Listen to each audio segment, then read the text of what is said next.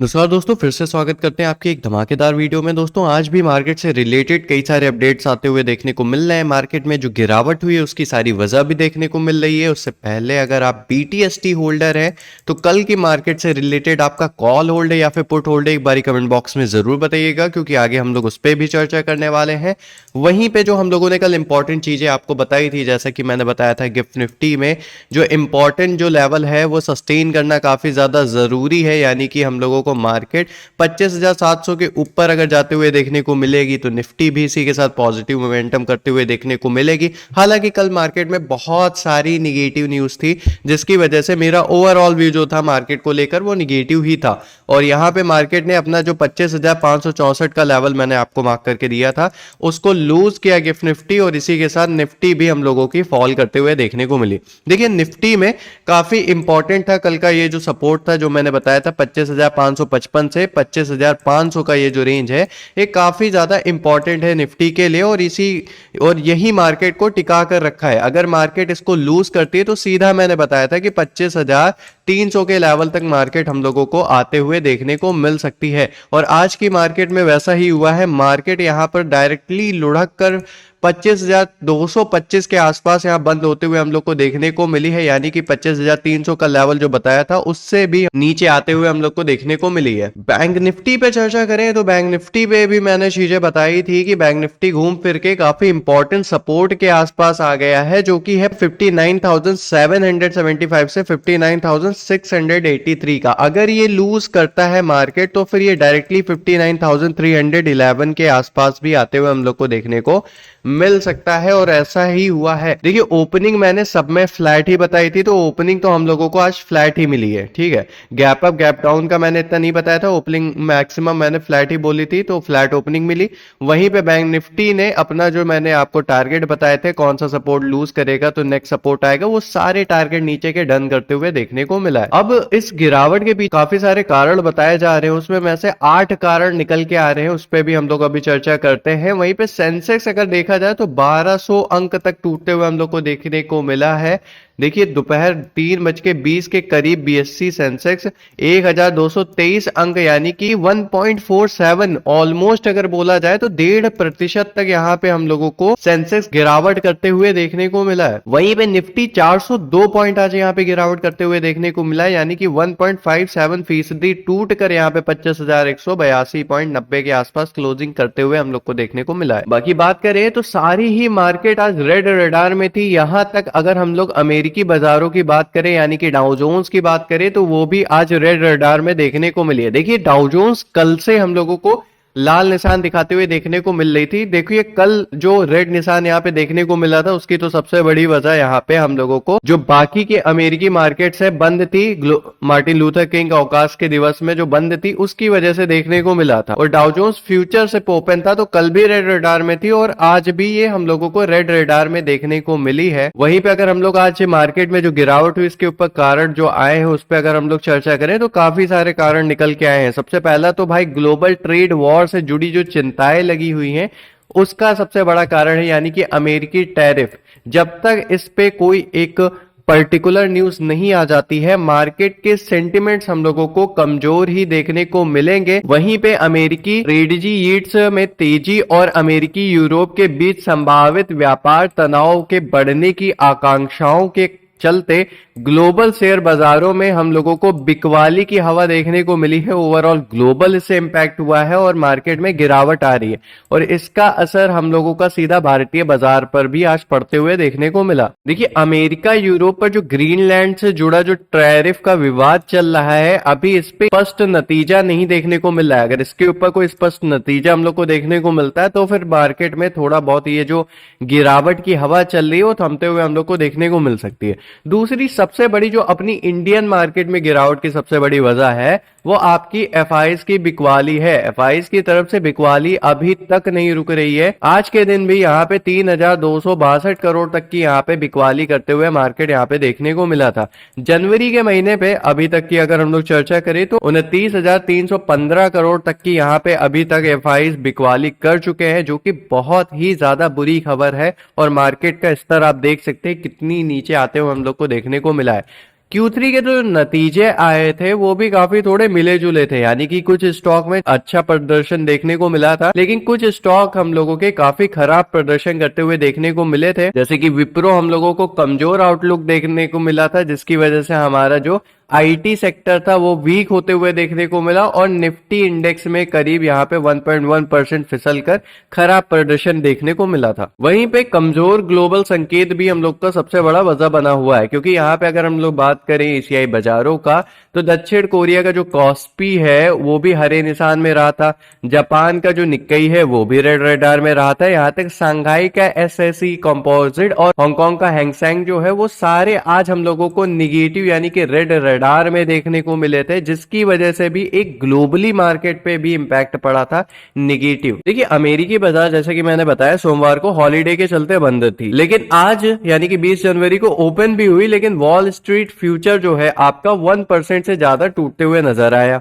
ये भी एक काफी बड़ी वजह बन गई थी कि ग्लोबली इस पे इंपैक्ट पड़ गया और पूरी ग्लोबल मार्केट आज निगेटिव हो गई। रुपए में कमजोरी तो भाई बहुत ही खराब यहाँ पे विषय चल रहा है, क्योंकि रुपया आज फिर से 8 पैसे गिरकर 90.98 यानी कि ऑलमोस्ट बोल सकते हैं 91 पर आ गया है। मैंने बोला था कुछ भी हो जाए 91 नहीं आना चाहिए, इसके ऊपर नहीं जाना चाहिए, 90 के नीचे रहना चाहिए, चाहे 89 हो जाए या 89.5 हो जाए, कोई दिक्कत नहीं है। इससे हम लोगों को बाजार को मजबूती मिलेगी, लेकिन गलती से भी ये 91 के आसपास ना पहुंचना चाहिए, क्योंकि अभी तक 90 का जो सपोर्ट लेवल था रुपए में, इसको बरकरार करने में कामयाब थी मार्केट, लेकिन आज वो भी हम लोगों को फिसलते हुए देखने को मिला। फॉरेक्स ट्रेडर के मुताबिक भू राजनीतिक अनिश्चितता और कमजोर घरेलू शेयर बाजार के कारण रुपए में दबाव हम लोग का जारी है, और ये बहुत ही बड़ा हम लोगों के लिए निगेटिव न्यूज है। अमेरिकी सुप्रीम कोर्ट से संभावित जो फैसले आने वाले थे, यानी कि जो टैरिफ ट्रंप ने लगाया है, वो उस पे फैसला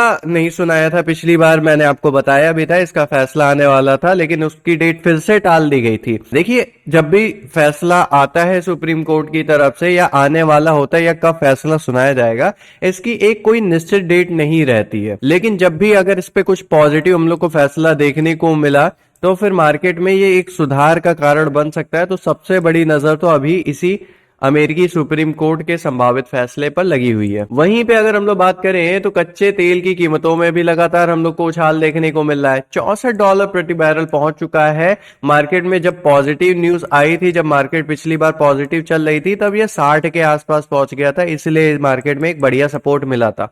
लेकिन अभी देखा जाए तो $64 के बैरल पे पहुंच गया है। 0.11% का यहाँ पे बढ़त देखने को मिली है। कच्चे तेल की कीमत भारत के लिए एक महंगाई और राजकोषीय दबाव को लेकर चिंताएं बढ़ाती हैं, जिससे शेयर बाजार पर एक निगेटिव इंपैक्ट पड़ते हुए हम लोग को देखने को मिलता है। वहीं पे निफ्टी का आज वीकली एक्सपायरी डे भी था। ऐसे दिनों में डेरिवेटिव पोजीशन की अनवाइंडिंग और ओवरऑल के चलते बाजार में आम तौर पर ज्यादातर उतार चढ़ाव देखने को मिलते हैं, जिससे इंडेक्स में तेजी इंट्राडे मूवमेंट होता है। या तो पॉजिटिव मूवमेंट हम लोग को ज्यादा देखने को मिलता है या फिर निगेटिव देखने को मिलता है। इसीलिए जो मार्केट में न्यूज थी पहले से वो निगेटिव थी, प्लस ग्लोबल सपोर्ट भी हम लोग को निगेटिव देखने को मिला, प्लस एफआईज एंड डीआईज का डेटा भी हम लोग को निगेटिव मिला, प्लस यहाँ पे अगर बात करें तो रुपया भी हम लोग को कमजोर देखने को मिला, प्लस यहाँ पे क्रूड ऑयल यानी कि कच्चे तेल की कीमत भी हम लोगों को निगेटिव इशारा देते हुए देखने को मिल गई। ये सारी कंबाइंड चीजें मिलकर प्लस एक्सपायरी डे जिस दिन हम लोगों का बड़ा उतार चढ़ाव मार्केट में देखने को मिलता है, ये सारी चीजें मिलकर मार्केट में एक बेहतरीन निगेटिव इंपैक्ट क्रिएट करी, जिसकी वजह से मार्केट में आज काफी तगड़ा फॉल हुआ। देखिए सबसे पहले हम लोगों की इंपॉर्टेंट न्यूज जो है, जो हम लोगों की 10 से 25% टैरिफ के जो यहाँ पे यूरोपीय देश पर टैरिफ लगाने की जो धमकी दी है ट्रंप ने, वो हम लोगों के ग्रीनलैंड मुद्दे को लेकर दी है। इस वजह से वैश्विक अनिश्चितता यानी कि इम्बैलेंस पैदा होते हुए हम लोग को बाजार में देखने को मिला है, जिसका सीधा असर आज भारतीय बाजार पे हम लोग को देखने को भी मिला था। सोमवार को अमेरिकी बाजार बंद थी, लेकिन डाउ जोन्स फ्यूचर एशियाई बाजार में बिकवाली देखी गई थी।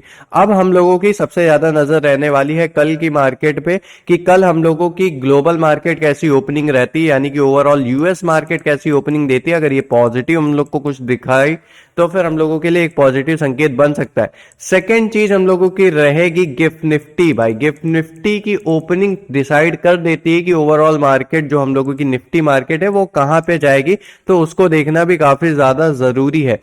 वहीं पे दिग्गज कंपनियों के नतीजे भी बाजार का मूड खराब किए। आज यहाँ पे एलटीआई माइंट्री के मुनाफे में लगभग 31% की गिरावट दर्ज की है, जिसकी वजह से आईटी सेक्टर में बिकवाली देखने को मिली। देखिए एचडीएफसी और आईसीआईसी बैंक जो है हम लोगों की, हालांकि इसके नतीजे हम लोगों को थोड़े से मिले जुले देखने को मिले, ठीक है, लेकिन बैंकिंग सेक्टर पर अभी भी दबाव बना हुआ है। रिलायंस के नतीजे के बाद लगातार हम लोगों को कमजोरी देखने को मिली है, जो सबसे बड़ी वजह ये भी बनी है निफ्टी को नीचे खींचकर लाने की, क्योंकि रिलायंस निफ्टी में एक हैवी वेटेज का काम करता है। देखिए अब एक हम लोगों को इंटरेस्टिंग चीज देखने को मिल रही है। देखिए जो लोग गोल्ड और सिल्वर में इन्वेस्टमेंट करते हैं उनके लिए मैं बता दूं कि भाई बाजार में अभी फिलहाल के लिए डर का माहौल है, जिसकी वजह से निवेशक जो है वो डरे हुए हैं और वो लोग सिक्योर मार्केट जैसे कि सोने चांदी की मार्केट जो है उनकी तरफ ना रुख कर रहे हैं, और उनकी कीमतों में जैसे कि आप देख सकते हैं लगातार भारी उछाल आते हुए हम लोग को देखने को मिल रहा है। तो वहां पे सब लोग इन्वेस्टमेंट के लिए भाग रहे हैं। आज मार्केट हम लोगों की जो निफ्टी की थी 1.38% टूट कर 25,232 के लेवल के आसपास क्लोज होते हुए हम लोग को देखने को मिली है। अभी फिलहाल के लिए एक न्यू जो सपोर्ट और रेजिस्टेंस लेवल देखने को मिल रहा है, तो उसमें अगर हम लोग सपोर्ट लेवल की बात करें तो 25,150 से 25,000 का मोस्ट इंपॉर्टेंट सपोर्ट लेवल है। ये आखिरी उम्मीदें हैं मार्केट को टिकाने की। अब यहां से जो पहला लेवल हम लोग को खुलते हुए देखने को मिल सकता है वो 25,500 का है, क्योंकि अब जो हम लोगों का अभी तक जो लेवल 25,500 से 600 या 700 का जो लेवल था, काइंड ऑफ सपोर्ट की तरह मार्केट में वर्क कर रहा था, लेकिन अब वो टूटने के बाद मार्केट में अब वही रेजिस्टेंस की तरह वर्क करेगा। तो अगर हम लोगों का मार्केट कल टिकता है 25,150 से 25,000 के रेंज के बीच में, तो मार्केट ये अगेन 25,500 से 700 के लेवल तक जाते हुए देखने को मिलेगा। अच्छा एक और चीज मैं बता दूं, मार्केट में काफी भारी गिरावट हुई है, तो कल को लेकर मेरा थोड़ा सा व्यू साइडवेज का रहेगा कि मार्केट में हो सकता है कल मार्केट में बड़ी मूवमेंट हम लोग को देखने को ना मिले। एक बार इसके अच्छे से टेक्निकल एनालिसिस कर लेते हैं। सबसे पहले हम लोग आ जाते हैं अपने निफ्टी के चार्ट पे। देखिए निफ्टी के चार्ट पे सपोर्ट हम लोगों ने चर्चा कर ली है कि 25,100 से 25,000 का जो लेवल है ये हम लोगों के लिए एज अ सपोर्ट वर्क करने वाला है, और हो सकता है यहां से एक रिजेक्शन मिले। देखिए पहला लेवल जो हम लोग को खुलते हुए देखने को मिल सकता है, अगर यहां से 25,100 के लेवल से रिजेक्शन मिलता है तो 25,300 से 400 का देखने को मिल सकता है, या फिर मैक्स टू मैक्स 500 के लेवल तक आते हुए देखने को मिल सकता है। 25,000 का लेवल अगर कल लूज करता है तो और भी तगड़ी बिकवाली देखने को मिल सकती है। तो 25,000 का लेवल कल के लिए बहुत ज्यादा इंपॉर्टेंट भूमिका निभाने वाला है निफ्टी में। वहीं पे अगर हम लोग बैंक निफ्टी पे चर्चा करें तो बैंक निफ्टी में जो मैंने बताया बहुत इंपॉर्टेंट अपना जो सपोर्ट है वहां पे आके खड़ा हो गया मार्केट, यानी कि 59,311 से 59,250 का बहुत इंपॉर्टेंट लेवल है। इसको मार्क करके रखना है तो आप अपने चार्ट पे मार्क करके रख सकते हैं। कल अगर मार्केट ये लेवल, ये जो सपोर्ट जोन है अपना, ये लूज करती है तो ये हम लोगों को डायरेक्टली 59,000 के लेवल तक आते हुए देखने को मिल सकती है। तो इसको जरूर मार्क करके रखिएगा ये सपोर्ट लेवल।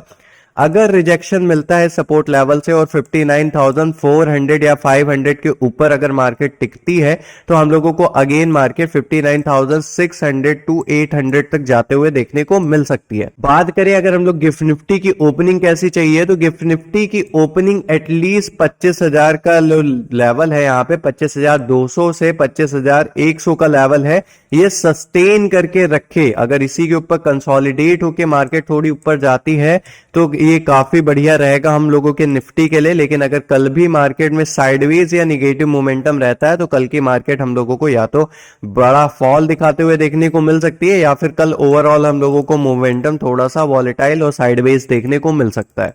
आज की एनालिसिस वीडियो आपको कैसी लगी एक बारी कमेंट बॉक्स में जरूर बताइएगा। ओवरऑल जो मार्केट का गैप अप और गैप डाउन का व्यू है वो मेरा कल भी flat to gap down view है। गैप अप का इतना मैं लेके नहीं चल रहा हूं, क्योंकि जब तक मार्केट में कोई भी पॉजिटिव न्यूज नहीं आती तब तक हम लोग गैप अप का तो व्यू नहीं रख रहे हैं। बाकी टेलीग्राम चैनल मेरा लिंक डिस्क्रिप्शन में, उसको जरूर ज्वाइन कर लीजिए, क्योंकि बहुत सारी इंपॉर्टेंट ऐसी लर्निंग चीजें हैं जो मैं यहाँ नहीं प्रोवाइड करता लेकिन टेलीग्राम पे प्रोवाइड करता हूँ। तो एक बार इसको चेक कर लीजिए, आपको काफी पसंद आएगा। मिलते हैं नेक्स्ट वीडियो में, तब तक के लिए जय हिंद, वंदे मातरम, धन्यवाद।